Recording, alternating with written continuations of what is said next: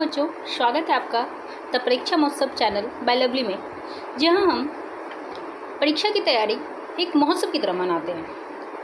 साथ ही हर चैप्टर को हम बिल्कुल आसान भाषाओं में समझकर इससे जुड़े महत्वपूर्ण प्रश्नों को देखेंगे। ठीक है, बिना समय गवाए हम स्टार्ट करते हैं। चलिए, हमारा अध्याय है 8, जिसका शीर्षक है नए प्रश्न और नए विचार। पल्लवी की जिज्ञासा है कि पल्लवी की नानी प्रत्येक रविवार को सुबह सुबह स्नान कर आश्रम जाती थी। एक दिन पल्लवी ने भी अपनी नानी के साथ चलने की इच्छा व्यक्त की। अगले रविवार को पल्लवी अपनी नानी के साथ आश्रम पहुंची। वहां एक साधु बाबा कथा सुना रहे थे। उस कथा में कई ऐसे शब्द थे जिसका अर्थ पल्लवी नहीं समझ पा रही थी, जैसे आत्मा, परमात्मा, ब्रह्म आदि। बच्चों, जैसे कि आपने अध्याय 6 और 7 में पढ़ा कि उत्तर वैदिक काल 1000 से जो 600 ईसा पूर्व से का काल है, से लोहे का प्रचलन काफ़ी बढ़ गया है ना। इसमें कृषि क्षेत्रों का विस्तार हुआ और कृषि उत्पादन में वृद्धि हुई। लोह उपकरणों के बढ़ते प्रयोग ने समूचे अर्थव्यवस्था को प्रभावित किया। इसी के आधार पर समाज अलग अलग व्यवसाय, व्यापार, वाणिज्य, सिक्कों का प्रचलन, नगरों का उदय हुआ। उत्तर वैदिक काल से वर्ण व्यवस्था और जटिल भी होती जा रही थी। प्रारंभ में यह व्यवस्था कर्म पर आधारित थी, बाद में इसका निर्धारण जन्म के आधार पर होने लगा। ब्राह्मण, क्षत्रिय, वैश्य, शूद्र ब्राह्मण एवं क्षत्रिय समाज के सबसे प्रभावशाली वर्ण थे। सूद, कर्ज, नगरों नागरिक जीवन को ब्राह्मण गंध, घृणा एवं तिरस्कार की दृष्टि से देखते थे। इसमें ब्राह्मणों की स्थिति सबसे अच्छी थी। क्षत्रिय सुविधा प्राप्त वर्ण होने के बावजूद ब्राह्मणों से नीचे थे। वैश्यों के साथ भी यही बात थी। आर्थिक क्षेत्र में प्रगति के चलते वे काफ़ी धनवान और खुशहाल हो गए थे। कुछ व्यापारियों के पास तो शासकों से भी अधिक धन था, परंतु वर्ण व्यवस्था के कारण उनका स्थान तीसरा ही था। शूद्रों की हालत तो सबसे दयनीय थी अतः समाज का प्रत्येक वर्ग जो है ब्राह्मणों को छोड़कर परिवर्तन चाहता था, जिससे उन्हें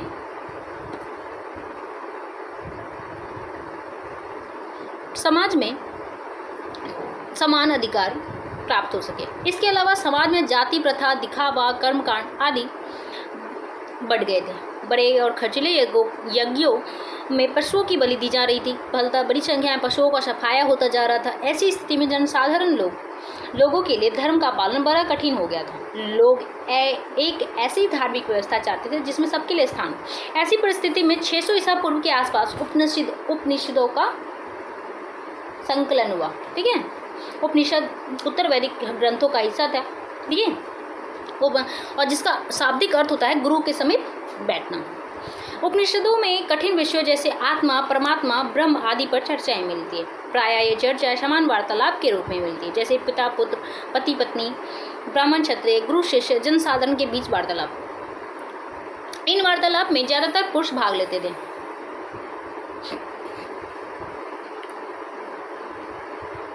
कभी कभी गार्गी जैसी स्त्री विचारकों का भी उल्लेख मिलता है। गार्गी राज दरबारों में होने वाले वाद विवादों में हमेशा भाग लिया करती थी।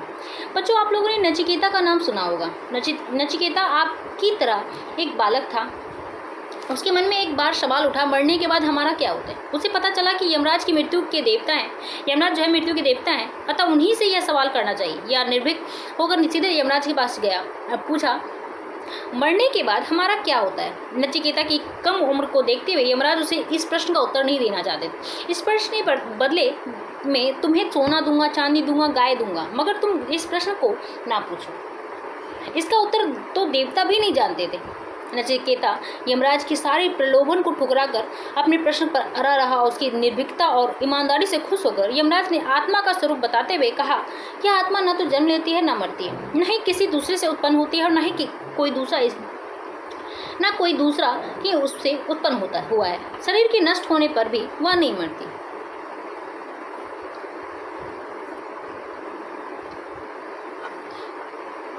याज्ञवल्क्य और उसकी पत्नी का वार्तालाप भी उल्लेखनीय है। याज्ञवल्क्य ने अपने घर छोड़कर जंगलों में रहने की इच्छा व्यक्त की। इस अवसर पर उसकी पत्नी मैत्रेयी ने उनसे लंबी बातचीत की। इस बातचीत का मतलब था कि धन संपत्ति से आदमी बड़ा नहीं होता, अपने और अपने समाज के लोगों की समस्याओं के बारे में सोचने से ज्ञान की प्राप्ति होती है। कभी कभी समाज के गरीब पुरुष भी इस चर्चा में भाग लिया करते थे। सत्यकाम जमाल एक ऐसा ही गरीब व्यक्ति था जिसके मन में सत्य जानने की इच्छा हुई। इसके लिए वह गौतम नामक ब्राह्मण के पास गया। गौतम ने उसे अपने शिष्य के रूप में स्वीकार किया। मतलब क्या था? सत्यकाम जमाली जो था गौतम बुद्ध का शिष्य था। आगे चलकर सत्यकाम जमाली अपने समय के प्रसिद्ध विचारक बन गए।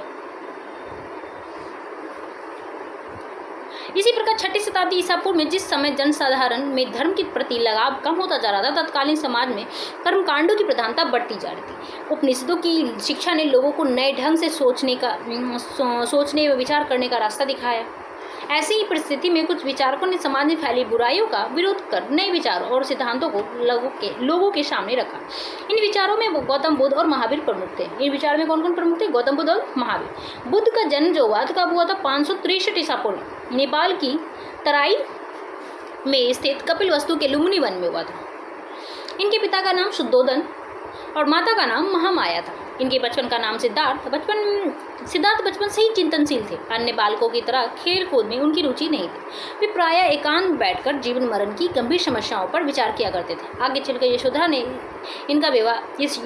से इनका विवाह हुआ। ठीक है। इनके पुत्र का नाम राहुल था। सिद्धार्थ ने अपने चारों ओर लोगों को कष्ट में पाया।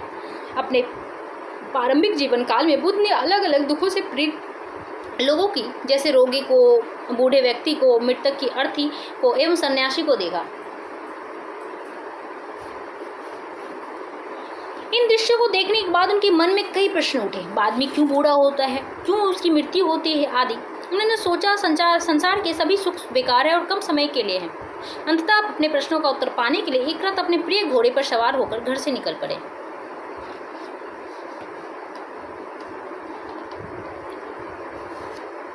किसी असहाय दुखी व्यक्ति को देखकर आप क्या सोचते हैं? बच्चों, विचार कीजिएगा। सिद्धार्थ ने अनेक आचार्यों से शिक्षा ग्रहण की, किंतु उन्हें संतोष नहीं हुआ। इसके बाद उन्होंने 6 वर्षों तक कठोर तपस्या की। ठीक है। अंत में अन्न जल सब त्याग कर इसी समय गाने वाली स्त्रियों से उन्होंने यह शब्द सुना, अपने वीणा के तार को इतना मत कसो कि टूट जाए, तो इतना ढीला ही करो कि उनसे संगीत ही ना निकले। अर्थात परिस्थितियों के अनुसार ही जीवन जीने की कोशिश करनी चाहिए। सिद्धार्थ ने यह सुनकर मध्य मार्ग को ही ठीक समझा। गया के पास बोध गया में एक पीपल वृक्ष के नीचे उन्हें प्रश्नों का उत्तर मिल गया। मतलब ज्ञान की प्राप्ति हुई है ना, जिसके कारण उन्होंने इस घर छोड़ा था। अर्थात उन्हें सत्य का ज्ञान मिला। ज्ञान की प्राप्ति के बाद उन्हें बुद्ध कहा जाना, अर्थात ज्ञान की प्राप्ति के बाद ही वो बुद्ध कहलाए। ठीक है। और उनके शिष्य बौद्ध कहलाए। महात्मा बुद्ध ने अपना पहला उपदेश सारनाथ में दिया था। महात्मा बुद्ध ने अपना पहला उपदेश कहाँ दिया था? सारनाथ में। इस घटना को यादगार बनाने के लिए बाद में सम्राट अशोक ने सारनाथ में एक विशाल स्तूप का निर्माण करवाया। यह है, ठीक है।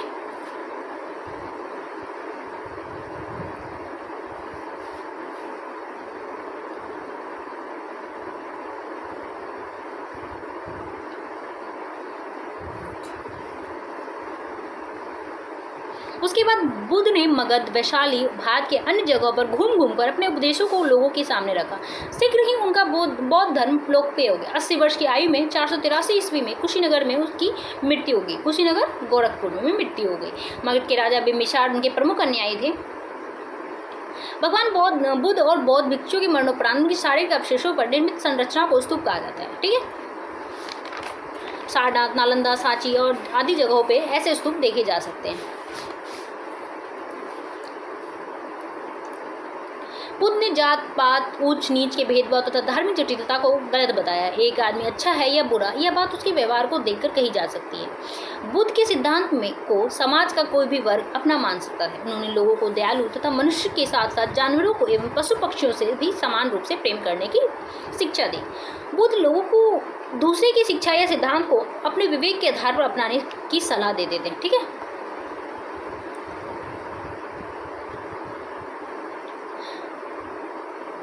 जीवों पर दया। एक बार बुद्ध भिक्षाटन के लिए जा रहे थे। एक बार बुद्ध जो है भिक्षाटन के लिए जा रहे थे। रास्ते में एक गडरिये ने बहुत सी भेड़ों को हाँके लिए जा रहा था। बुद्ध ने देखा कि भेड़ के एक बच्चे के पैर में चोट लगी है, इसलिए वह लंगड़ा कर चल रहा था।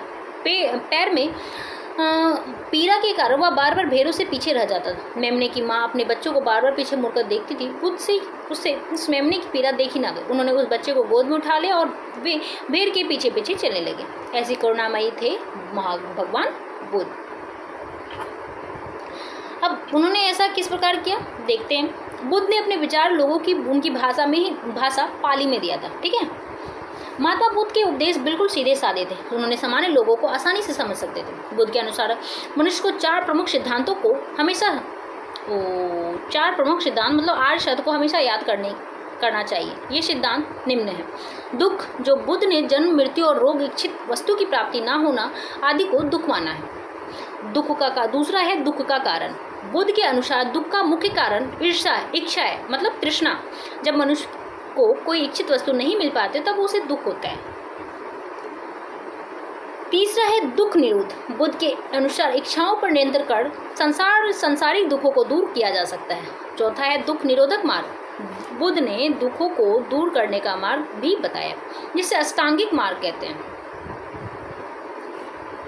इसे मध्यम मार्ग भी कहा गया है ना, क्योंकि यह मार्ग ना तो अधिक सरल है ना ही अधिक कठिन। समान व्यक्ति भी अपने जीवन में इन 8 बातों का पालन कर संसारिक दुखों से छुटकारा पा सकता है, अर्थात परम शांति को प्राप्त कर सकता है। इस मार्ग पर चलने के लिए बुद्ध द्वारा बताए गए 8 आदर्श इस प्रकार हैं। पहला है सम्यक दृष्टि, मतलब सत्य असत्य, पाप पुण्य, अच्छा बुरा आदि को अच्छे ढंग से समझना। दूसरा है सम्यक संकल्प। इच्छा और हिंसा से मुक्त विचारक सम्यक संकल्प कहलाते हैं। सम्यक वाणी, अपनी वाणी में मनुष्य को विनम्र होना चाहिए। सम्यक कर्म, व्यक्ति को अपने जीवन में अच्छे और सही कार्य करने चाहिए। सम्यक जीवन यापन हेतु सही साधनों का प्रयोग करना चाहिए। हमें झूठ एवं गलत तरीकों से धन नहीं कमाना चाहिए। छठा है हमारा सम्यक व्यायाम। सही है तथा ज्ञानयुक्त मन से बुरी भावनाओं को दूर करने का प्रयास करना चाहिए। 7वां है सम्यक चरित्र। मनुष्य को अच्छे आचरण, अच्छी बातों का जीवन में बार बार प्रयोग करना चाहिए। 8वां है सम्यक समाधि। किसी विषय पर एकाग्रचित्त होकर विचार विमर्श करना। बुद्ध के उपरोक्त बताए गए मार्ग पर चलने के बाद बुद्ध आनंद और शांति का अनुभव करता है। बुद्ध ने बौद्ध संघों की स्थापना की, जिससे सभी जातियों के पुरुष और महिलाओं शामिल होने की आज़ादी थी। तो इसमें से हम ये देख सकते हैं कि बौद्ध संघों की स्थापना में जो है, जिसमें सभी जाति के पुरुषों और महिलाओं को शामिल होने की आज़ादी थी। किसी प्रकार का कोई रोक टोक नहीं था। संघ में प्रवेश लेने वाले लोग अपनी आवश्यकताओं को कम से कम करते हुए सादा जीवन जीते। अपनी मूलभूत आवश्यकताओं की पूर्ति के लिए वे भिक्षा मांगते थे। इसी कारण उन्हें भिक्षुक कहा गया। भिक्षु पुरुष को कहा जाता, भिक्षुणी महिला को कहा गया था। इनके रहने का स्थान को विहार का, इनके रहने के स्थान को क्या कहा गया? विहार। अपनी सादगी और सरलता के कारण भारत के सादा विदेशों में भी यह धर्म काफ़ी लोकप्रिय है। श्रीलंका में तो पता ही है ना कि अशोक के पुत्र और पुत्री संघमित्रा और महेंद्र और संघमित्रा प्रचार के लिए गए थे। चीन, जापान, लोकप्रिय कोरिया, तिब्बत आदि देशों में इनके अनुयायियों की संख्या काफ़ी अधिक है। भारतीय समाज के सभी पक्षों को बुद्ध धर्म ने प्रभावित किया। सम्राट अशोक ने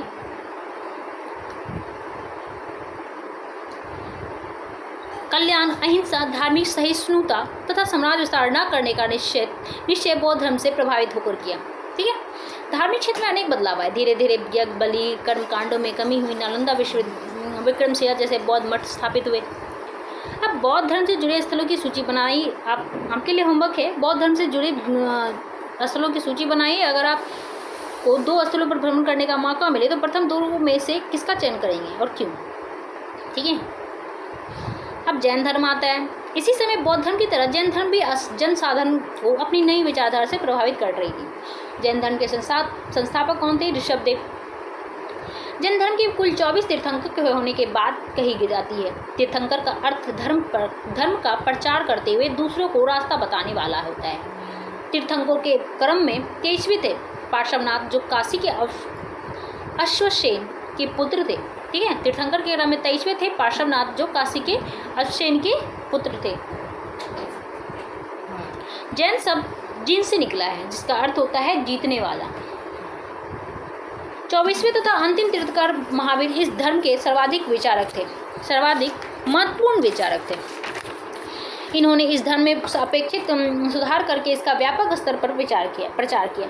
महावीर का मूल नाम वर्धमान था, जिनका जन्म 540 ईस्वी पूर्व वैशाली के निकट कुंडल ग्राम में हुआ। इनके पिता सिद्धार्थ जातक क्षत्रिय कुल के प्रधान थे। इनकी माता त्रिशला वैशाली लिच्छवी राजकुमारी थी। लिच्छवी राज्य था या गणराज्य, पता करें। ठीक है, आप लिच्छवी एक गणराज्य था। यह है वर्धमान महावीर के चित्र।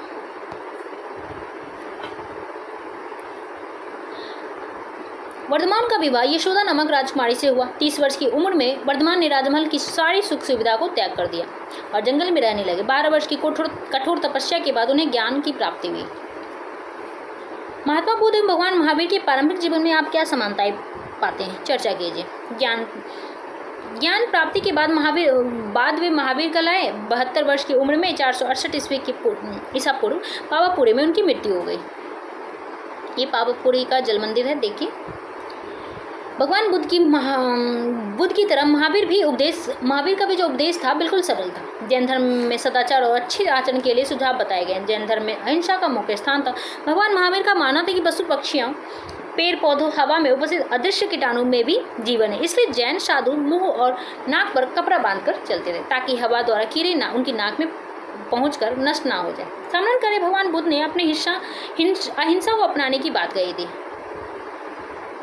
तो यहाँ से ये भी होता है, भगवान बुद्ध ने भी अहिंसा की बात की और जैन, है ना, महावीर ने भी। जैन धर्म के अनुसार मनुष्य को सत्य का सहारा लेकर जीवन जीने की कोशिश करनी चाहिए। सत्यपूर्वक जीने के लिए मनुष्य को क्रोध, लोभ, भय तीनों का परित्याग करना चाहिए। महावीर ने लोगों से चोरी ना करने की बात कही। बिना आज्ञा अनुमति के हमें दूसरों का सामान नहीं लेना चाहिए। इसके साथ ही ईमानदारी पर बल देते हुए आवश्यक से अधिक धन का संग्रह न करने की बात कही थी। भगवान बुद्ध की तरह अच्छे चरित्र निर्माण के लिए महावीर ने लोगों से ब्रह्मचर्य का पालन करने की बात कही। इसका अर्थ है मनुष्य को अपने मन पर नियंत्रण रखना चाहिए।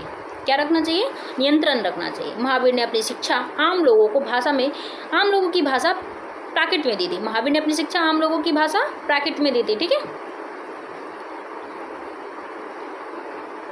देश के अलग अलग हिस्सों में प्राकृत के अलग अलग रूप प्रचलित थे। जैसे मगध में बोली जाने वाली प्राकृत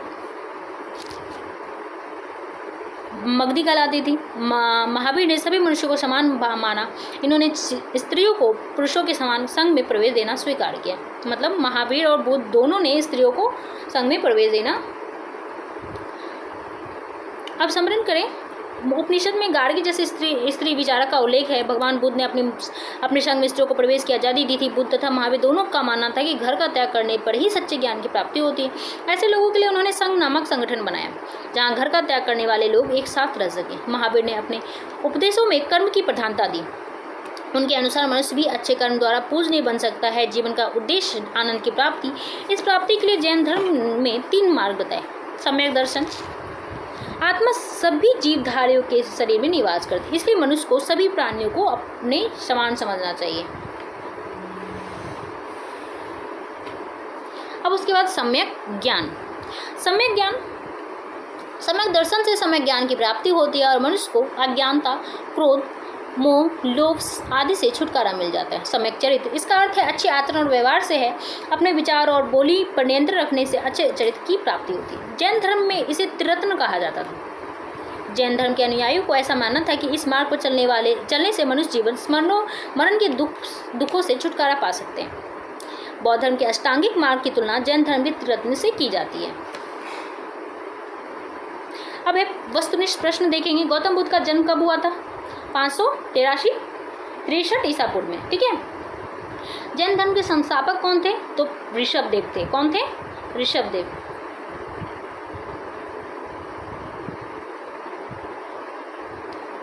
महावीर ने कब निर्माण प्राप्ति किया था? जल्दी बताइए। 468। ठीक है। कहाँ किया था? पावापुरी में। जल मंदिर कहाँ अवस्थित है?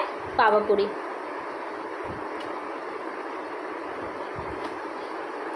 अब है खालिस्तान को बढ़ेंगे। महात्मा बुद्ध ने अपना पहला उपदेश सारनाथ में, यह घटना डैश कहलाता है? जल्दी बताइए।